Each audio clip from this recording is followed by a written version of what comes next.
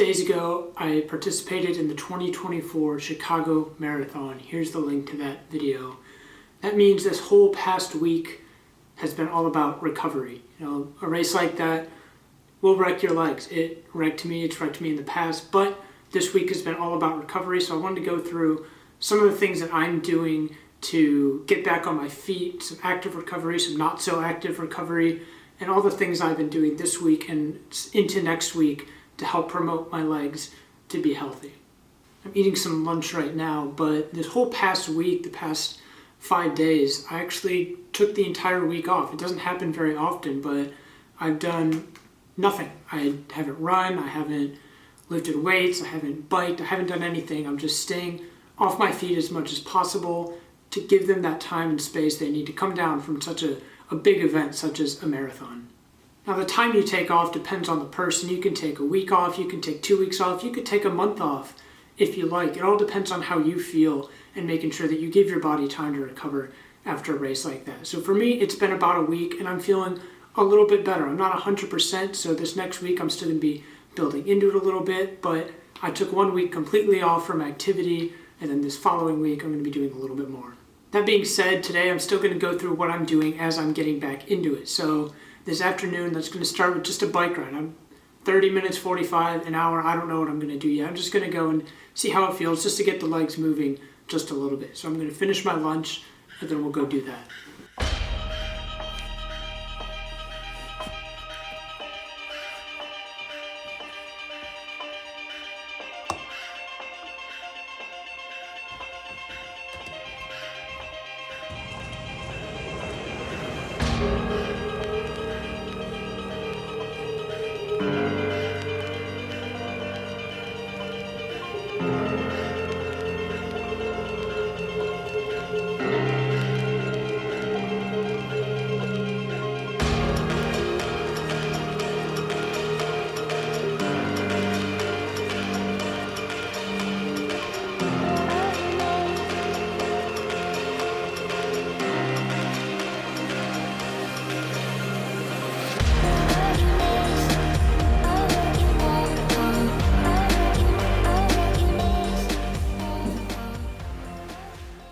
So just got off the bike. We did 45 minutes. So I wanted to do an hour originally, but I haven't biked in like probably 4 months. So I think 45 minutes was good just to get the legs moving, get the heart pumping a little bit. But 45 minutes, about 12 and a half miles.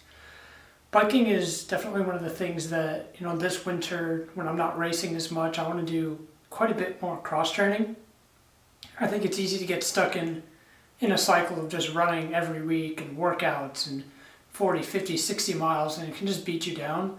And then you're trying to get volume too, and running can get repetitive. As much as I love it, and I'm still learning to love it even today, running gets repetitive. And so biking, cross training is going to be super important for me this winter as I'm thinking ahead to the next 3, 4, 5 months, because I still want to get that aerobic volume. I think one of the things that has held me back in the past was overstretching myself on these certain big efforts and then not really having a good quality off season, like a full year's worth of training to build my aerobic base.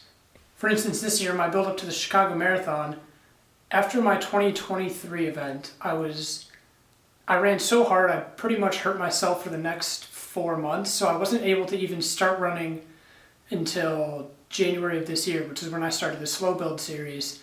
And that was the process of basically rebuilding all of my strength, all of my aerobic capacity and everything back up to the point where I was kind of in shape going into the marathon build. And so I haven't really had a point yet where I've had a full solid year, 2 years, 3 years worth of good hard aerobic training to build that base. And one of the things I'm doing is being more careful about how I'm treating my body and making sure I pay super close attention to not injuring myself, not overstretching, and just getting that consistency back into training. Also, when I have a down week like this, whether it's, it can be in the middle of a training block and I just have a rest week, which is slightly lighter, or a complete off week like the one I've just had, I always find myself with a lot of time on my hands. And as fun as it is to spend my time laying around watching football and drinking beer, which I'll probably do my fair share of this afternoon, but I always like to make sure that all that time isn't going to waste. I feel like even though I'm not being active, even though I'm not running, working out, I still want to be a little productive. And so I've been reading quite a few different books lately. And then even last year when I was hurt and not running, I picked up a lot of different books. And so there's 2 books that I wanted to call out just that I'm reading now. One of them is by Daniel Lieberman and Michael Long. It is called The Molecule of More. This book is all about dopamine, how it drives everything in your life, your career, your relationships, everything like that. So I finished this book once before. I'm reading through it again, but The Molecule of More, highly recommend. And another one, I actually was recommended this at work, but Crucial Conversations by, I think there's 5 authors, but Crucial Conversations is basically, like it says, tools for talking when the stakes are high.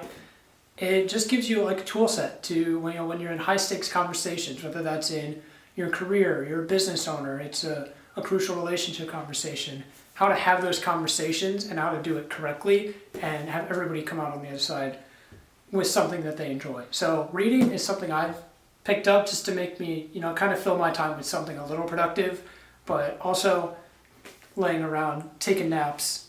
I'm going to do that this afternoon.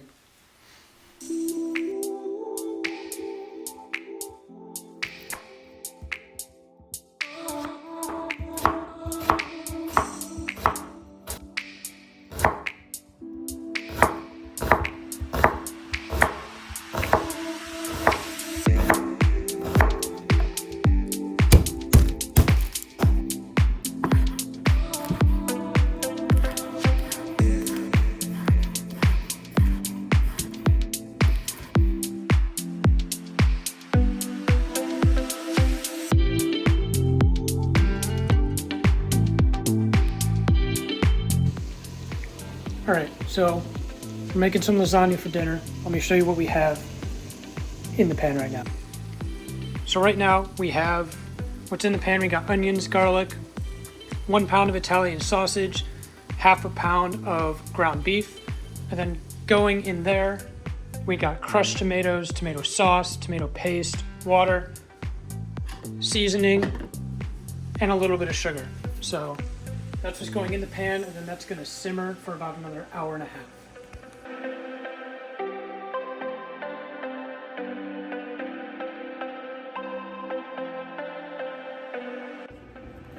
And in this bowl, we have what's going in some of the layers. We have ricotta cheese, we got an egg to keep it together, we got parsley and salt. That's going to be another one of the layers that goes into this. We got pasta noodles. We're going to have some Parmesan cheese, mozzarella cheese. We got our sauce going. We got the cheese ready. It's going to be good.